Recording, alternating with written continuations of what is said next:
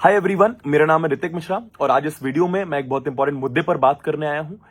मैं ये video CBSE officials के लिए बना रहा हूं, मिनिस्ट्री ऑफ एजुकेशन के लिए बना रहा हूं। मैं चाहता हूं उस वीडियो को देखें एंड हमारी प्रॉब्लम्स को समझें, मेरे स्टूडेंट्स की प्रॉब्लम को समझें एंड उस पर कुछ काम करें। प्रॉब्लम क्या है पहले उसके बारे में बात कर लेते हैं।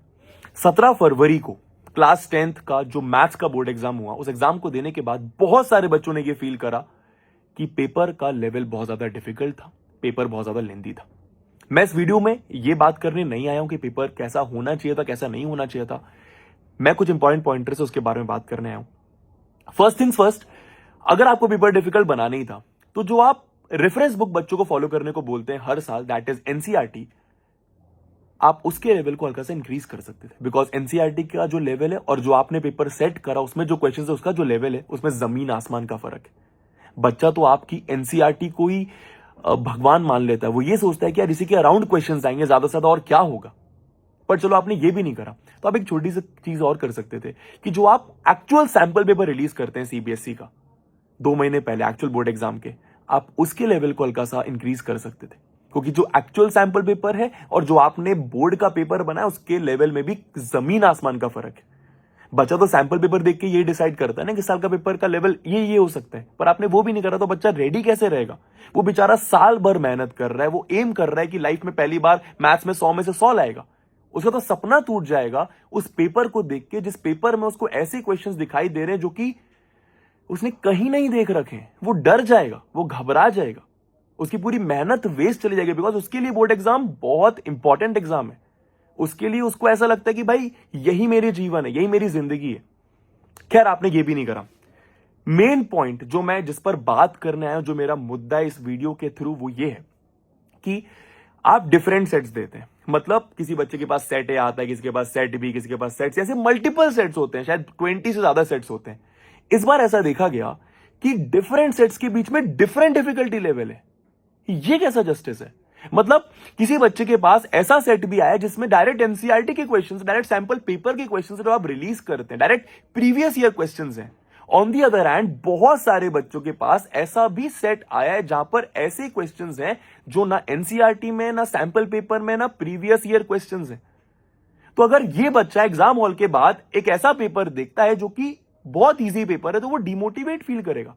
आप ऐसा सोचो, एक एग्जाम्पल लेके कोई बच्चा है तो साल भर पढ़ाई करता है, साल भर मेहनत करता है, जी जान लगाता है, 100 में 100 लाने का एम करता है, सोचता है कि मैं मैथ्स एक बार फोड़ कर आऊंगा। वो पेपर देखता है और उसको कुछ समझ नहीं आता है। और उसके बाद वो एक ऐसे बच्चे को देखता है, अपने दोस्त को देखता है शायद, जिसके पास एक इजी सेट आ गया जहां पर डायरेक्ट एनसीईआरटी क्वेश्चंस थे, तो वो कितना डिमोटिवेट हो जाएगा। ये तो किस्मत वाली बात हो गई।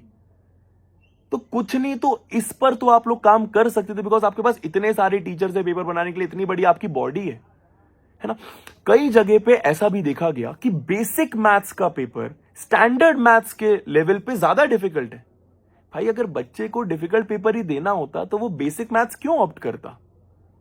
तो मेरे को लगता है प्लीज आप इन सब चीजों पर काम करें, इन बातों को सीरियसली लें, बच्चों की बातों को सीरियसली, बिकॉज मेरे को लगता है ये एकदम जेन्युइन कंसर्न है। ठीक है, अभी क्या कर सकते हैं उस बारे में बात कर ले। तो जो मुझे लगता है, पहली चीज, आप नॉर्मलाइजेशन पॉलिसी लगा सकते हैं, जो कि एनटीए भी फॉलो करता है जब वो जेई मेंस का पेपर कराता है तो।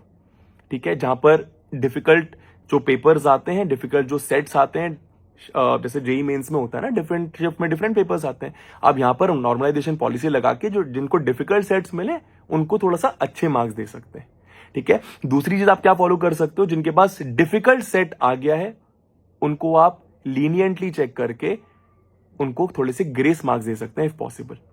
ठीक है, एंड सबसे इंपॉर्टेंट चीज जिस पर मैं 2 साल से बोलने की कोशिश कर रहा हूं कि आप प्लीज प्लीज प्लीज एटलीस्ट आप पेपर डिफिकल्ट बनाओ, उसमें कोई प्रॉब्लम नहीं। एज अ टीचर मेरे को तो अच्छा लगेगा, बिकॉज बच्चा रट कर नहीं जाएगा, वो पहले से रेडी होकर जाएगा कि भाई पेपर में किसी भी तरीके का क्वेश्चन आ सकता है। थिंकिंग कैपेबिलिटी इंक्रीज करके जाते हैं ताकि पेपर में हम सॉल्व कर पाए। मेरे को तो अच्छा लगेगा, बट बेयर मिनिमम आप पेपर का डिफिकल्टी लेवल डिफरेंट सेट का सेम रखिए। मतलब मैं हाथ जोड़ के आपसे विनती कर सकता हूं।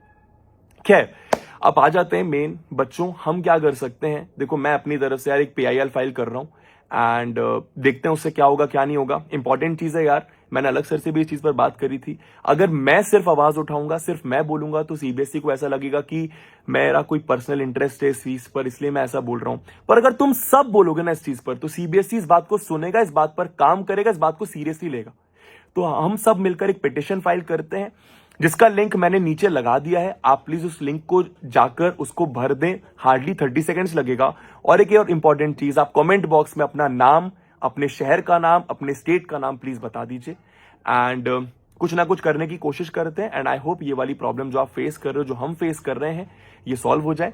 बबुआज, मैंने तुम्हें बोला था एंड तक तुम्हारे साथ रहूंगा, अभी भी तुम्हारे साथ हूं। ये बात सीबीएसई तक पहुंचाते हैं, देखते हैं हमारी बात सुनी जाती है कि नहीं, एंड फिर आगे देखते हैं। चलो बाय।